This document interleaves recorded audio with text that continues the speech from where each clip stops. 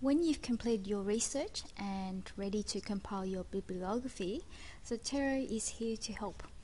Select the items list, highlight it, right-click on the mouse, select bibliography from selected items, then select your citation style.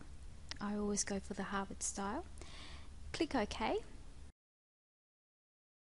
Now open Word and then paste.